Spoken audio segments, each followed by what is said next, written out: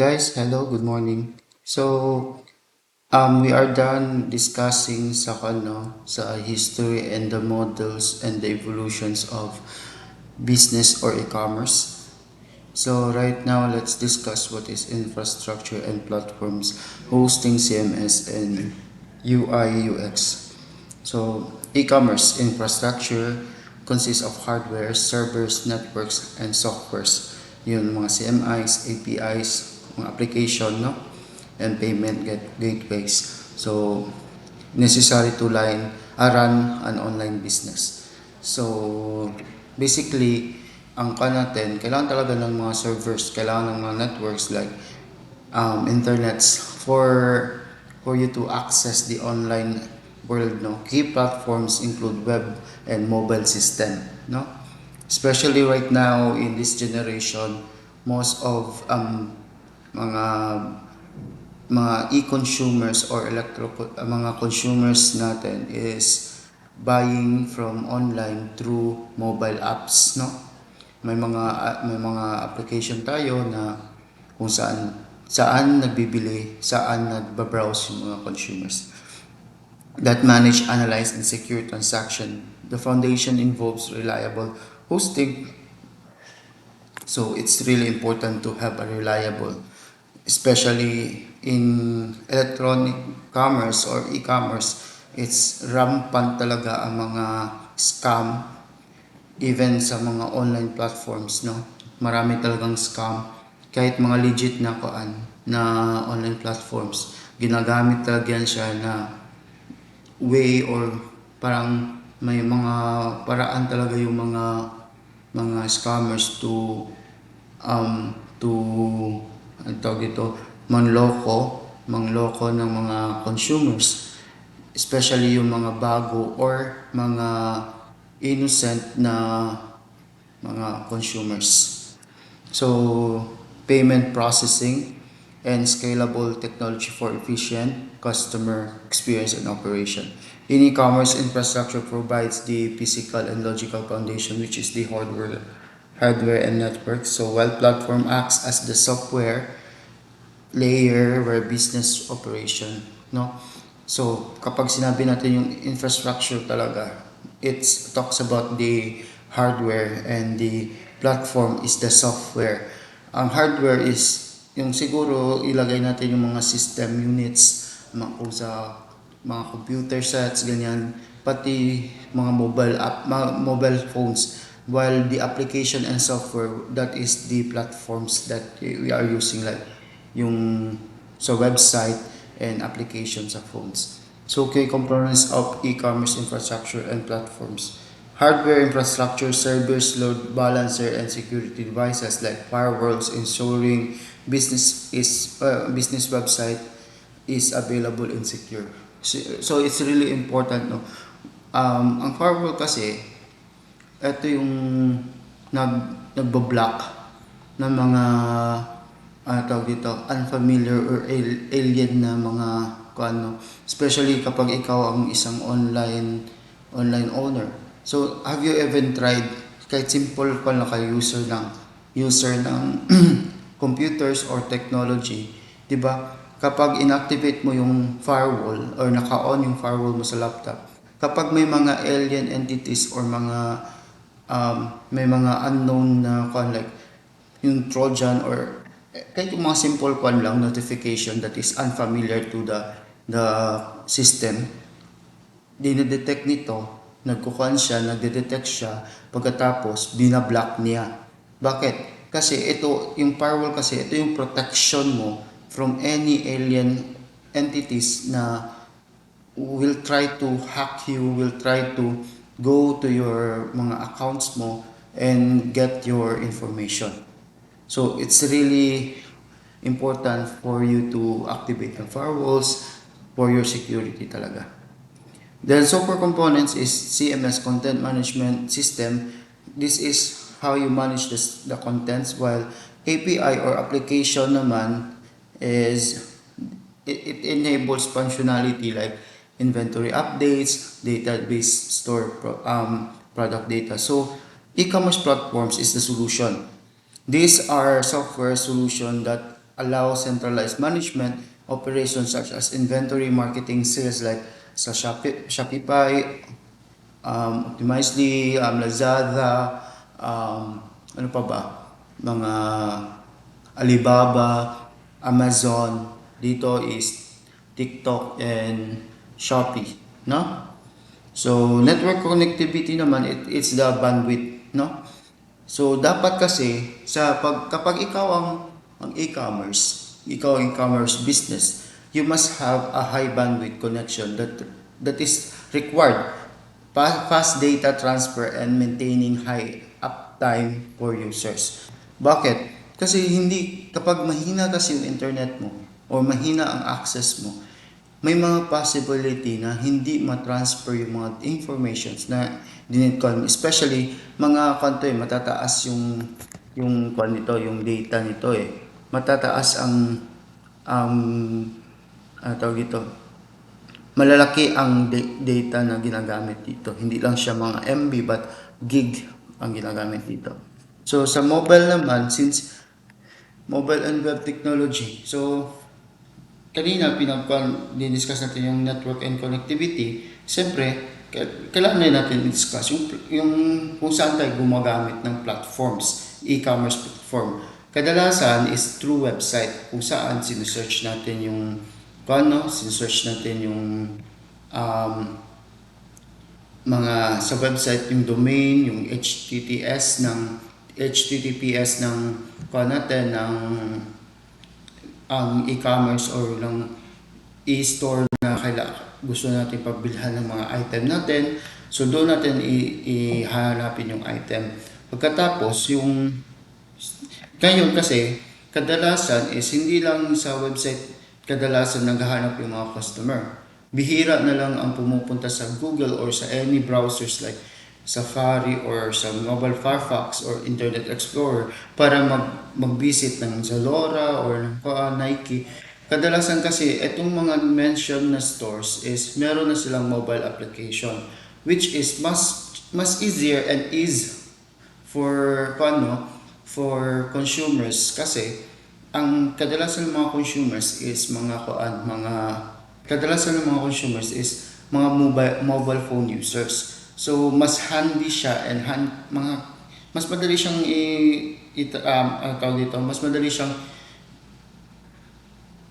madali siyang mag-visit, madali siyang mag-purchase because of doon mas familiar siya sa phone. So infrastructure services is ito po yung mga natin. So number 1, payment processing. So secure system to process transaction. So it's really important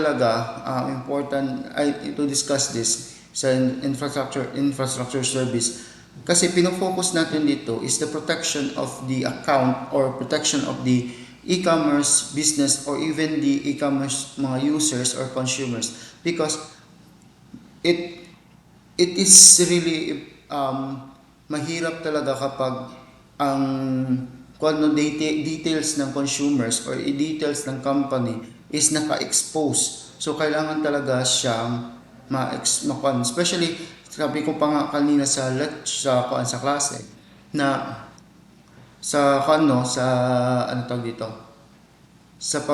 kapag mag-purchase ka online, minsan kapag hinihingi yung mga card mo, hiningi yung card number, hiningi yung ADB ba yan, yung sa likod na 3 digit. And also sometimes talaga minsan ganun rin yung nangyari sa akin. Once meron akong binili na parang nag-edit ako ng pictures sa online. Then ang hiningi niya sa akin is piso lang ang payment. Pero hindi ko siya na-anticipate na kailangan ko pa palang i-link yung GCash account ko. Kung sa talaga, hindi naman siya necessary for me to do that.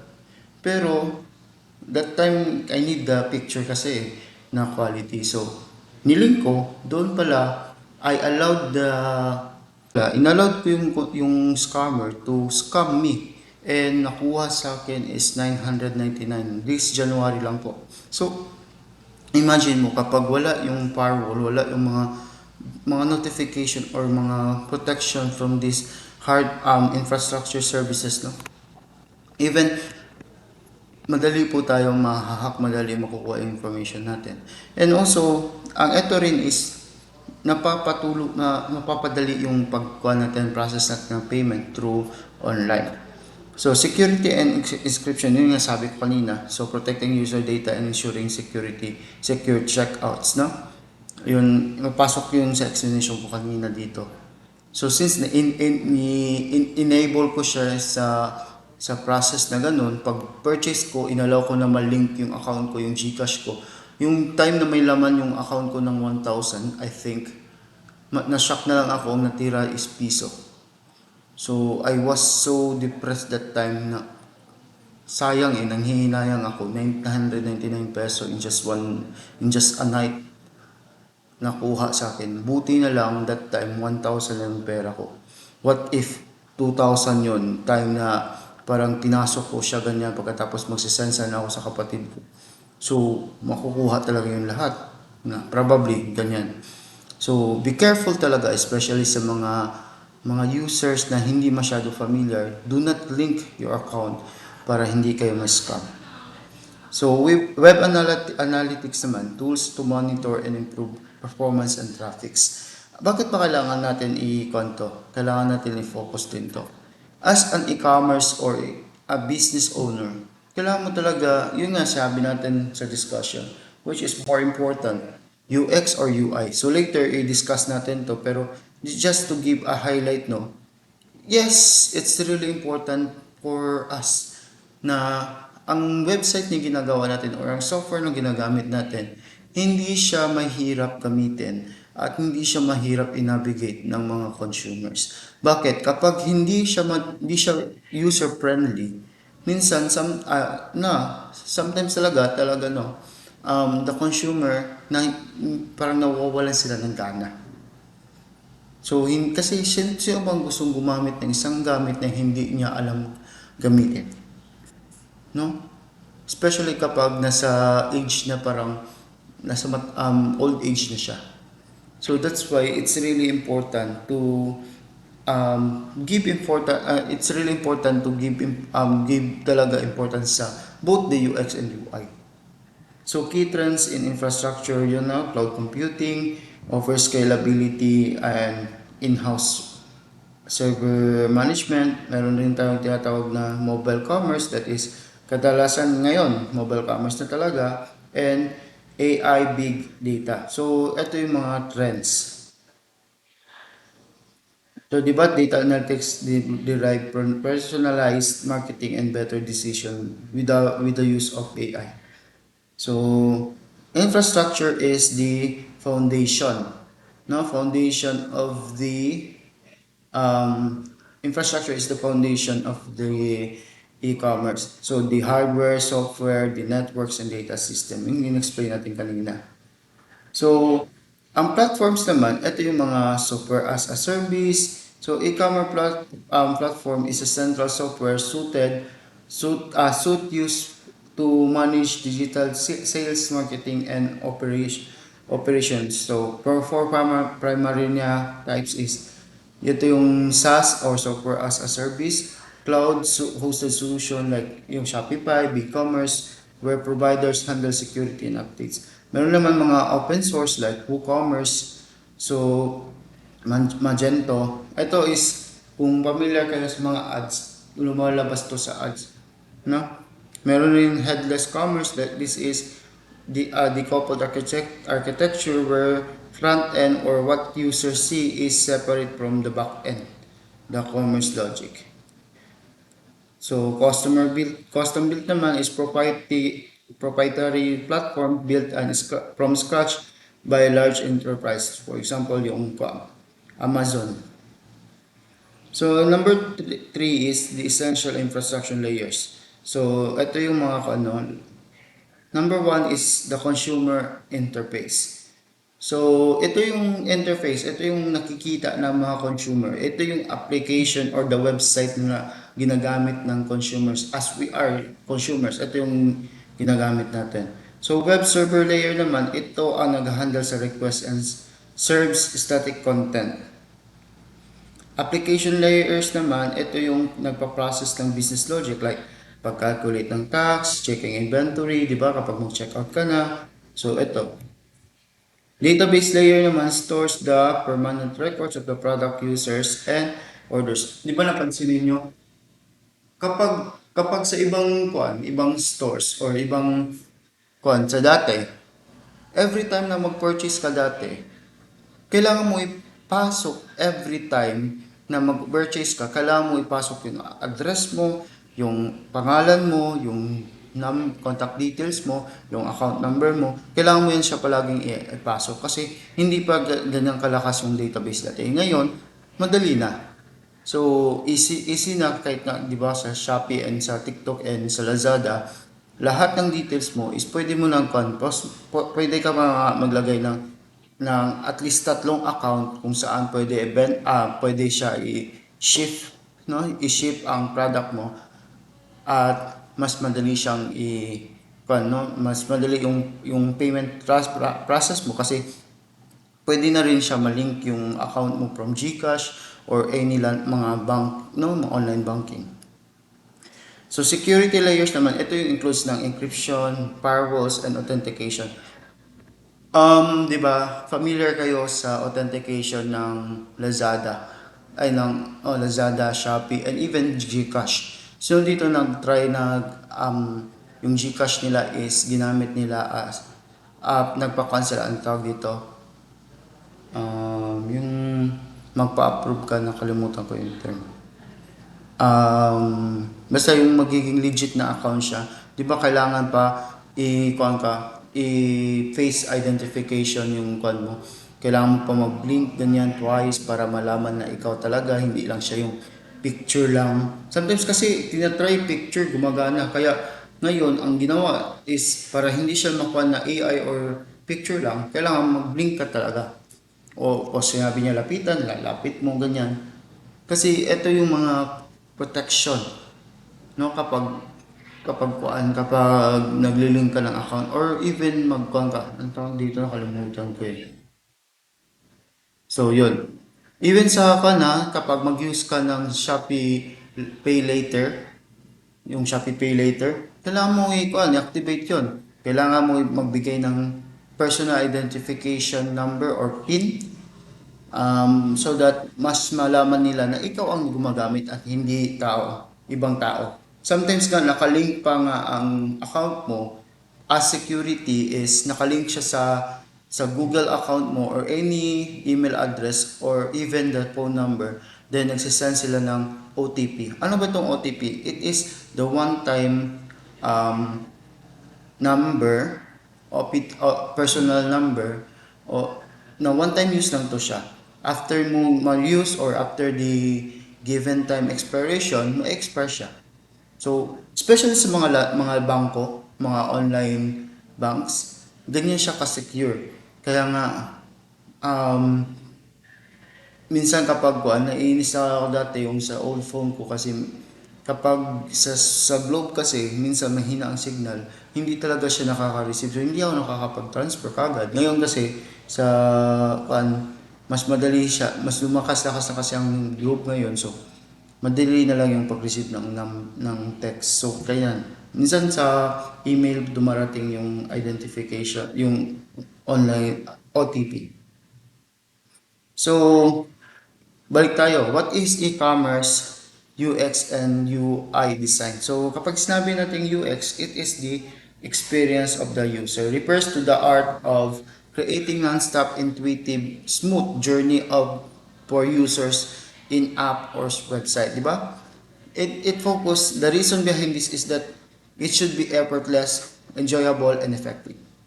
So yun talaga, di ba kapag ikaw ang bakit ka ba nag-online shopping?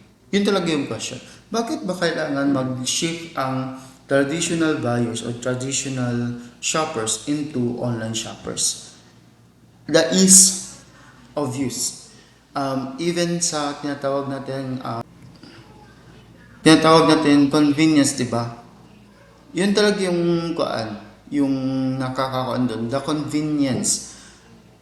Kaya nga nag-online shop yung consumers para di na sila pumunta sa stores. Di na sila, wala ng foot traffic, wala ng travel time, wala ng hassle for them to go to stores. Because yun nga, nandun na yung yung store sa kamay na nila.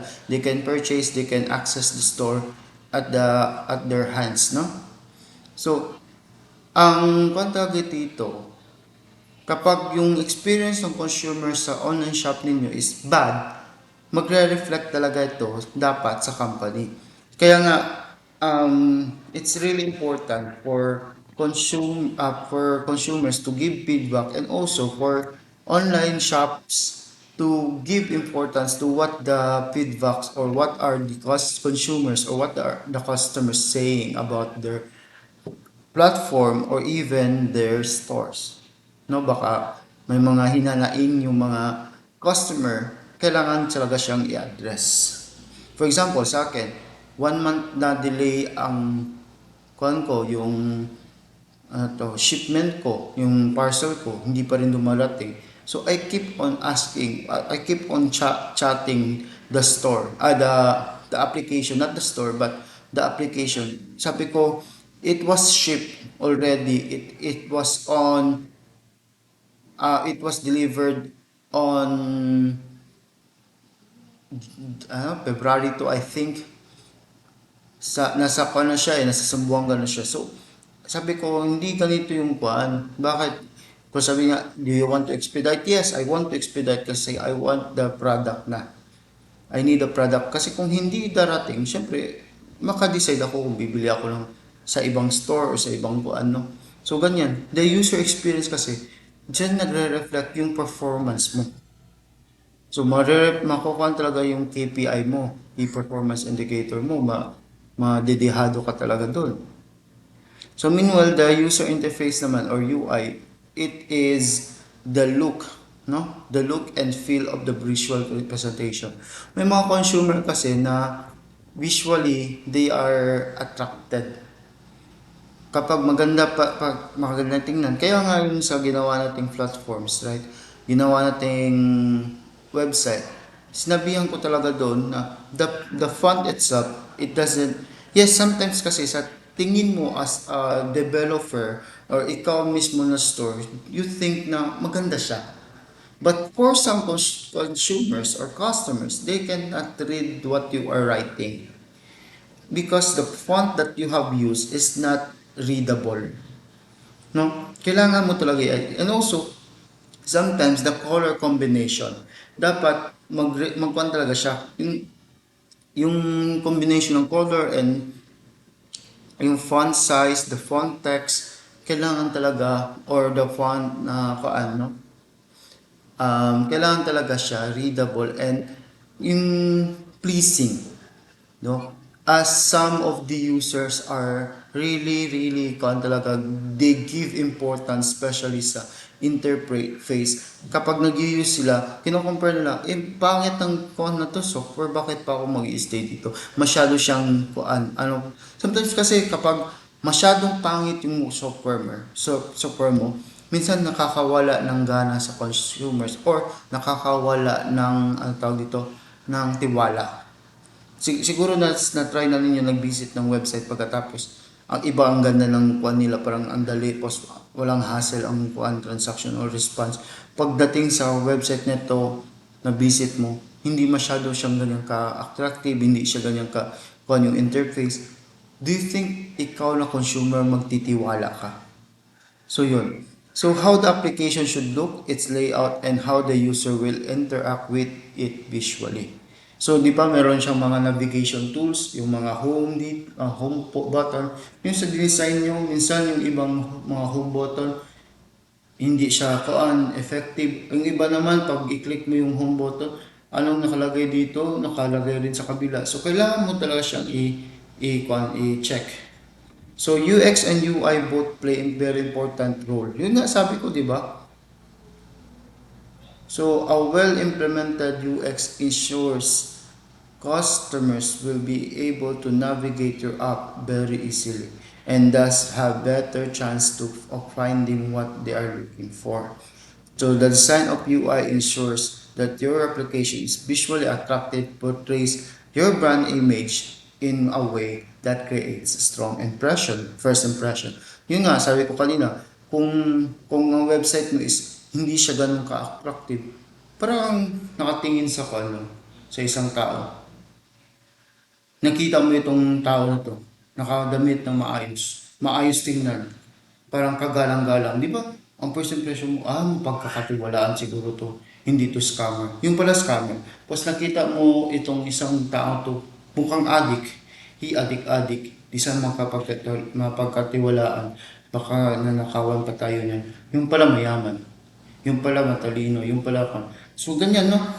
Pero sometimes kasi, kung ano yung first impression ng consumers, yun talaga magre-reflect how they use the website. So, baka sa first impression nila hindi sila nagkakandahan, hindi na sila nag-visit ulit, hindi na nila na binisit ulit yung yung website mo because they have bad experience already. So, you should talaga develop talaga na interface that is attractive and also can help your users experience magandang experience talaga. So, these underscore the critical role in user experience in e-commerce. The success of e-commerce activities hinge on several factors, including the quality of the product or service offered, the quality of content presenting, especially yung mga content, no? Sometimes kailangan mo maglagay talaga ng mga content creators or even the content of the platform that you have. Kailangan talaga siya attractive and updated. Ito talaga, updated. Kasi kapag yung website mo or application mo is hindi siya updated, do you think ang customer ba magsasabi sa kapag ikaw ang customer, tapos hindi updated yung website, do you think masasabi mo ba na nandun pa rin yung nandun pa rin yung developer? Baka pag gamit nila, hindi na ganyan ka, hindi na sila ma-entertain kapag may problema, may mga mawala talagang tiwala ng consumer sa'yo. So, dapat updated talaga siya. The design for the electronic platform, website, and mobile application through which sales are delivered. So, quality design. Hindi lang yung putyo-putyo. Hindi lang yung parang, okay na to. Dapat attractive siya. And, sabi pa nga ni Almira, it's giving. So, we will tackle yun nga. So, clearly, UX, so ito, the best practice for mobile optimized is UI UX.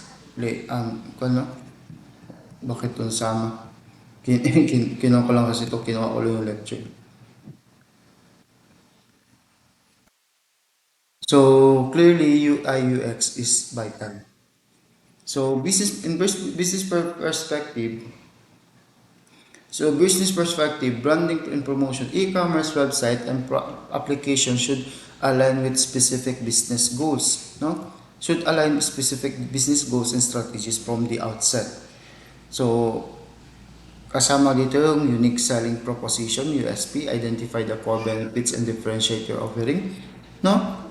Ano ba yung unique sa Lazada? And ano yung unique sa TikTok? Ano yung unique sa Lazada, sa Shopee, unique sa Alibaba? Kapag sinabi nating Alibaba, ang mga users dito is mga sa China, kadalasan. Kapag sinabi nating Shopee, ano pansinin nyo, mas cheaper ang mga sa Shopee compared sa Lazada. No? Kung napansinin nyo, mas cheaper at maraming mga choices sa Shopee and mas marami silang mga coupons and other kasi ito yung unique nila. Ang sa TikTok naman, more on promotion. Marami silang promotional tools. Halos lahat is because TikTok talaga before it was used as a online platform for selling, kuan talaga siya. Video posting of videos and entertainment. So basically, nagamit talaga siya as kuan no, as sa mga content creators and mga affiliates to easily introduce the product. So define target audience. So as you have your e-commerce no, you must define who are your audience. Hindi ka lang yung mag binto-binto ha, binto-binto o sino yung magiging kuan ko, target ko. O siya. Ganun, hindi ganun. Dapat you must understand the potential buyers. Sino ba yung kuan? Ano ba yung product mo? You must understand first what is your product. Then identify who are the target consumers. Yes, all of ang possible kasi marami kang mga potential. Pero meron ka talagang target na potential buyers. Lahat have potential, lahat can be potential buyers. However, you must have a target, including demographics, preferences, especially preferences kasi sometimes even same age, same gender, they have different preference. So an 18-year-old lady who is so kikay, likes pink, who likes lipstick, who likes to wear pink dress, who always wear cologne na pang girly and sweet. Here comes, meron naman itong 18 years old na no, gothic na aura, yung parang mga ano tawag ito, yung dark black, post rockstar, mga ganyan. Meron rin mga rockstar, mga parang yung goth kasi pa emo. Tapos yung rockstar is kana ibang kwan, ayaw nilang kikay-kikay, gusto nila black, may mga earrings pa na sa ilong, may mga bulitas pa sa dila, ganyan. So, different ang kwan nila, hindi yan sila, pero kahit minsan yung mga ganun, sometimes they prepare pink. So you must not judge them, but you should consider them as target, no? So brand positioning. So how you position your brand, the tone of your presentation of how you promote the product, the voice, establish how you want the brand to be perceived. 'Di ba? Sometimes kasi kahit gaano ka complex yung application mo or even your product, because of how you present it in your platform, nagiging nadadalian i-perceive yung customers mo, i-perceive yung product na sinesell mo, because nata-translate ng platform mo or ng application mo sa consumers, ano ba yung binibenta mo. It's friendly, it's serious, exclusive. So yun. Marketing sales channels, consider potential sales avenue early or to ensure cohesive customer experience. Yan talaga is kasama talaga siya, di ba? Mga online platforms is para maging channel. Types of business, yun nga, B2B, na-explain natin to. So, typical environment use, understand the context in which user will interact with your platform. So, let's go with the UX or the user experience perspective. Retaining user for repeat purchase. So kapag maganda kasi ang experience ng consumer sa platform mo, hindi talaga maiiwasan na babalik at babalik yan sa'yo. Di ba? Kapag nag-enjoy ang consumer sa paggamit ng platform mo, it's not impossible for them to repurchase, no, to use again the platform that you have or application that you have. It's essential for profitability in e-commerce. A positive user experience is critical use for users retention. So utility, yun nga, usability, accessibility, desirability, and even intuitive navigation. So helping users, ensuring consumers' journey is intuitive. So ito, design for users, all abilities like disability for low-tech literacy. Di ba? Kapag ang mo yung ilagay natin. ikaw is hindi ka masyadong, hindi naman arrogante, hindi naman bobo, but innocent ka. Kasi hindi ka ganun ka knowledgeable about technology. So, mas madadali kang makakaintindi ng platform because it is accessible. So let's go with UI perspective.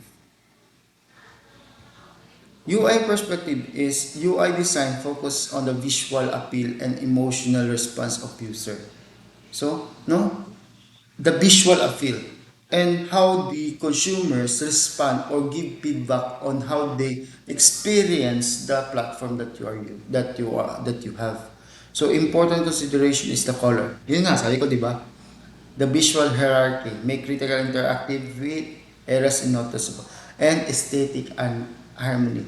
Kasi sometimes kasi, sinapansin nyo, sorry ha, marami ako napansin na mahilig kayo sa dark. Ako, mahilig ako sa dark colors. But too much dark color, sometimes hindi siya nagkaka-attract ng mga consumers. Kasi medyo siya gloomy. Alam niyo yung gloomy? Medyo dark. Ganyan. So, ang consumers is parang nasasakit sa masakit sa mata nila. So siguro medyo lighter. Don't use mga colors na parang grabe ka strong. Siguro light, like this wall. As you can see, this wall is light. So siguro mga pastel color will do. But it depends upon what is your product line. No? What is your product line? Yun talaga, mag-focus ka talaga din doon. Kasi kapag ang kwan mo is target market mo is got, mga gothics or mga rockstar, hindi ka pwede mag-color ng pink or ponytail kasi hindi siya yung target market mo. It depends also pa rin sa target market. May harmony dapat siya. So, why is UX UI design important for your e-commerce? So, it improves your user experience. Ito talaga, ang users kasi, kapag hindi sila nag-i-enjoy sa pag-use ng kuan mo, ng application, hindi nila i-use ulit. Kahit ikaw, kung hindi mo naiintindihan yung math or naiintindihan yung subject, ayaw mo nang intindihin. Sa iba, pero yung iba nagtatry ulit. Pero yung iba kasi ayaw nila na mag-invest sa something na alam nila na hindi nila parang hindi sila nag-enjoy. Kung meron namang ibang choices, may ibang alternatives. Kung hindi na sila masaya sa application mo, maghahanap sila ng iba. Improves product discovery. So good UX UI design ensure visibility of product high. So placing the product images, description, and price strategic points in the platform enhance visibility and leads customers to make informed decisions. Then yun nga, kapag maganda yung design, yung sabi ko kanina, maganda yung design and di ba? Parang nagbi-build siya ng trust sa customer. Ay, updated to kasi nandyan yung kuan, nagkikinig siya, nagre-respond sila sa inquiry and even sa feedback ng customers. So yun, trust customers and when the prime credible and reliable. So kapag ganyan, kapag reliable and credible yung kuan mo, babalik at babalik yung customers sa'yo. So improves conversion rate, ultimate design, minimize friction along the buying cycle, yon. Improving conversion rates, optimizing checkout, di ba? Kapag mas madali yung checkout, madali yung mas maganda yung checkout process mo, hindi ka na, wala, yung parang sabi pa ni Nanay Junicia sa Palawan Express, walay hassle, walay kuskus balungos. So sabi niya, walang hassle-free, wala nang mga maraming requirements pa, madali lang siyang igamitin. So yan talaga, especially sa mga older generation, ayaw na nila yung maraming kuskus bulungs, marami pang ginagawa. So ito rin, kapag sinabi nga natin na improve yung user experience, na-improve yung product discoverability, discoverability and gains customer trust, nag-strengthen din yung brand loyalty. Siyempre, kapag, for example, user ako ng Shopee, yung time na naban dito ang Shopee, I was so sad. Because of, syempre, yun ang kasi nga, yun ang madalas kong ginagamit ang platform. However, when it is not available, ginagamit ko yung Lazada. So, nawala siya sa radar ko. However, when I go to Davao, mas accessible siya kasi mas mura na yung mga binibenta dito. Mas maraming options compared sa Lazada. Ang sa Lazada kasi, yung mga binibenta dito dati is yung mga legit talaga na item. Yes, I think legit naman kasi yun talaga yung ka. So, sa Shopee kasi maraming mga stores na sometimes hindi nila hindi talaga na-check kung legit ba or hindi. So, no, yun talaga. If customers keep having good experience on your website, they will surely come back and refer to your website. So, di ba? Ganun talaga. Competitive advantage, yun na. As we can see, no? What is the difference between the TikTok, Shopee, Lazada? Hindi natin kasi may example yung Alibaba and Amazon kasi hindi nyo pa natatry. So, siguro mas better yung dalawang ito. Pero mas mahal lang. So, ito nga. Outstanding and customer-oriented design will attract more customer to your website and keep them interacting or interaction going, hence ensuring competitive advantage. So, ensures responsiveness. More users this day purchase through mobile device, and for that to be effective, the site needs to be responsive. Always check feedbacks. Always reply to the feedbacks. Always answer, always response to what is the inquiry, what is the concern of the customers, then improve your website. So helps SEO endeavors and saves development cost. So yun po. So how and why UX or UI should align with your brand guidelines. So ito, nandito basahin nyo na lang. Ensures consistency and recognition, build trust and credibility, smoothens design process, and maintaining brand integrity. So, design framework. So, sa talaga, bakit kailangan? For consistency, efficiency, user centricity.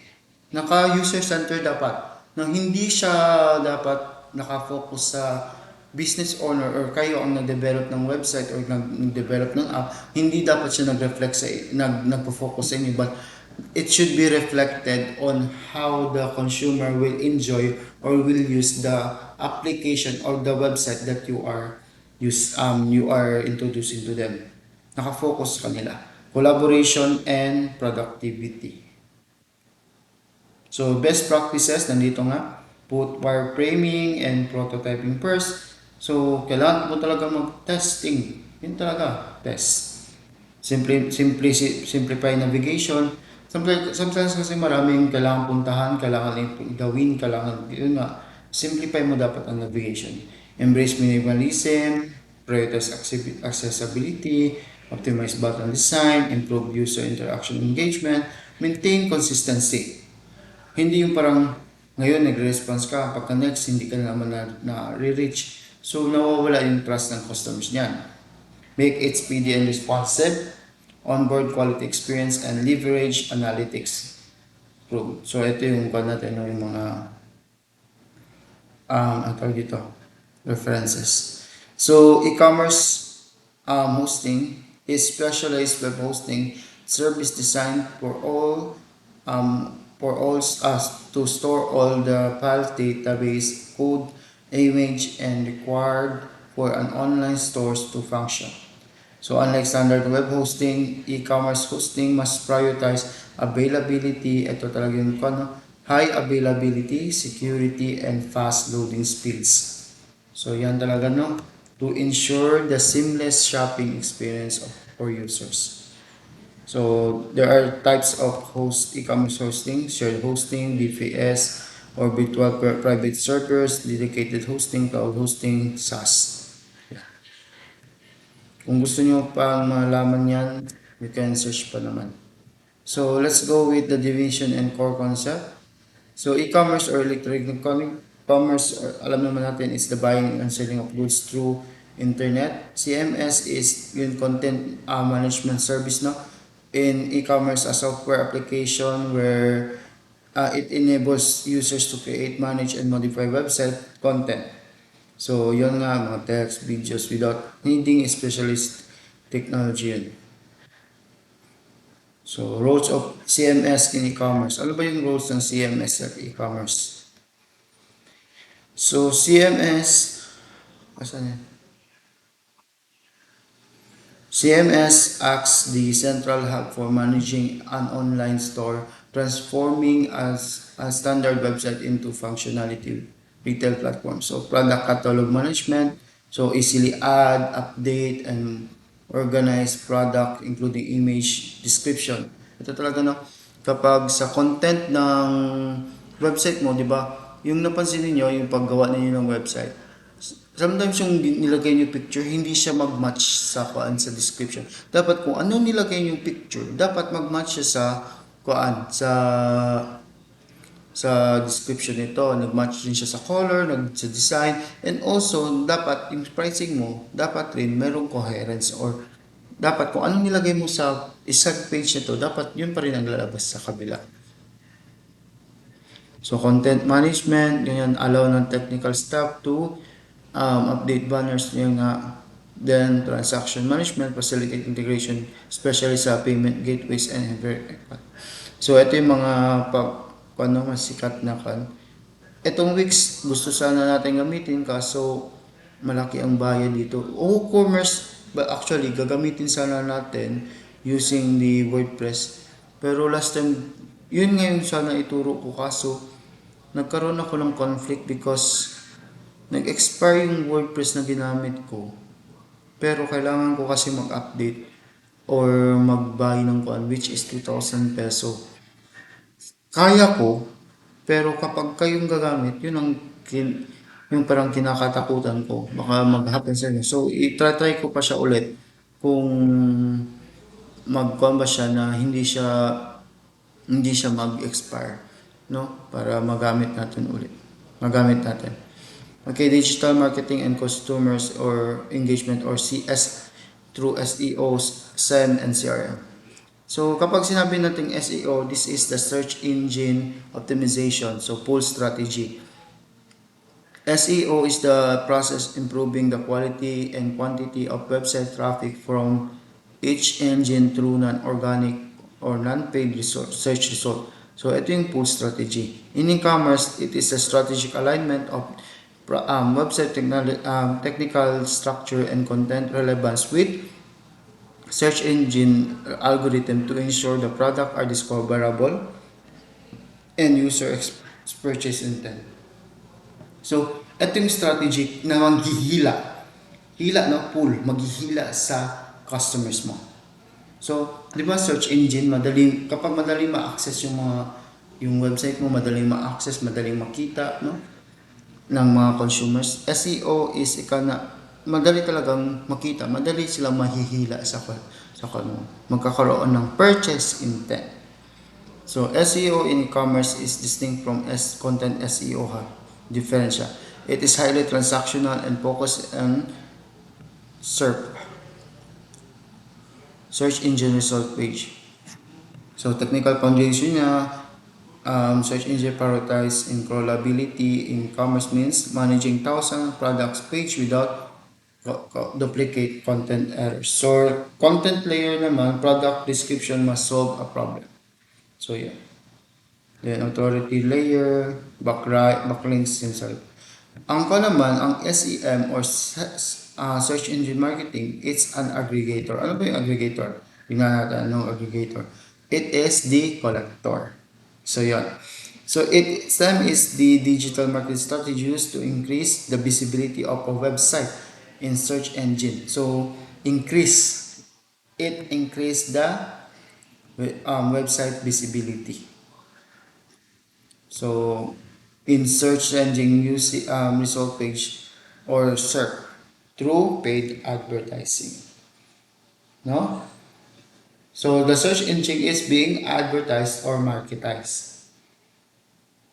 So it primarily operates as to pay per click model or PPC, where advertisers bid on specific keywords or product categories to display their ads at the top of the search result. So while SEO is a marathon, SEO is a sprint. Ang SEO kasi is parang pang long run siya, mahaba siya, pero kahit gaano ka kabagal, darating at darating ka. Ang sa kasi sa SEM, kailangan mabilisan, kailangan matapos makuha mo talaga. Sprint kasi siya. In e-commerce, SEM is dominated by Google Shopping. Kasi, di ba, mapansin niyo kapag mag-search kayo, lalabas ka agad sa Google Stores. No. Parang sa kanila, especially kapag books lalabas yung mga Google Books. Next. Option, yan. So, key formula niya, constraints. So, ROAS. So, return on ads, no? Ad spent. So, yun. Ito, total return from ads, then ad spent, i-divide mo siya, yun na yung makukuha. Then, strategic application for SEM, promoting high margin products, then clearing seasonal inventory and depending brand terms. Let's go with CRM or Customer Relationship Management. So yung isa kanina is taga-hila, yung isa naman is taga-collect. Ito is to retention. Ma-retain ang customers. This is the strategy kung saan gusto mo mag-stay sila sa'yo. No? Retention. Ano ang meaning ng retention? Maintenance, custody, or holding. So in e-commerce context, CRM refers to the technology strategies by companies to manage and analyze customer interaction and data throughout customer life cycle. So it goes to improve business relationship, assist the customer retention, and drives sales growth by personalizing the shopping experience based on historical data. So RFMR analysis, so the gold standard of e-commerce. So recency, gaano ba kailan ba last nagbili ito talaga yung focus mo. Kailan, RFM, how recent did they buy? Kailan ba sila last bumili? Kailan ba sila last nagamit ang application mo? Gaano ba sila kadalas bumili? And how much ba ang ginagasto nila? Baka palagi sila nag-visit pero hindi naman sila bumibili. Baka matagal na sila nag-visit, hindi na sila nag-visit ulit. Baka naman bumibisit sila pero medyo kaunti lang yung ginagasto nila, hindi masyado ganang kalaki. So hindi ka rin nakakabawi. So automation loop, it's modern CRM triggers. Scenario, customers use a laptop 3 times but doesn't buy. Yun ang sabi natin. Browse abandonment. So, email 5% discount. For example, nakakuan siya. Napansin niyo kapag naka-algorithm siya. Sometimes kapag ni-search mo ito sa Shopee, pagkakuan yan yung palaging lalabas. Or minsan mag-a-add sa'yo, minsan mag-send sa yung email, o di kaya sa TikTok, kapag mag-search ka lang ito, lagi na yun siya lalabas sa FYP mo. Diba? Kasi yun ang kuan nila. Binibuild ka nila, yun is type yun siya ng I don't think kapag ganun is pwede siya consider SEO or SEM. So let's go with payment system and security gateways. So parang discuss naman natin to last time, no? Pero let's just go na lang siguro. Smooth na lang tayo dito. E-commerce payment system or electronic payment system, EPS, are method exchanging money over internet without physical cash or paper checks. So credit, debit card, digital wallet, sabi na natin to. Ito, buy now, pay later. Uso to ngayon. Ito yung sinasabi natin sa Shopee na Shopee later. ang sinasabi natin sa TikTok na TikTok Pay Later and also sa Lazada Pay Later. So yung pwede kang bumili ngayon, then maka-choose ka kung kailan mo siya bayaran, not necessary pagdating ng product is babayaran mo siya, not COD ba, pero sa fifth, for example, kapag nakaset siya, every 15 babayaran mo siya ng certain amount. Either ang kuan mo is ano tawag dito, kuan siya, naka one time payment or installment siya 2 months, 3 months, ganyan. So, yun nga, sabi rin natin last time, meron tayong tatawag na cryptocurrency, decentralized, blockchain-based, and often target niche audience. Hindi lahat niche audience. Kaunti lang kasi ang gumagamit nito at kaunti lang rin ang naggagamit, ang meron nito. Kasi medyo mahal na rin talaga ang cryptocurrency.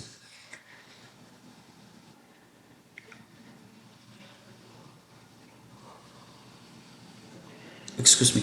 So, payment gateways, it is the bridge. Gateways, no post bridge. So, ito yung nagko-connect sa consumers and the website or even the web developer or the web store. A payment gateway is the encrypted na channel that secure passes transaction details from the buyer's browser to the payment or processor bank.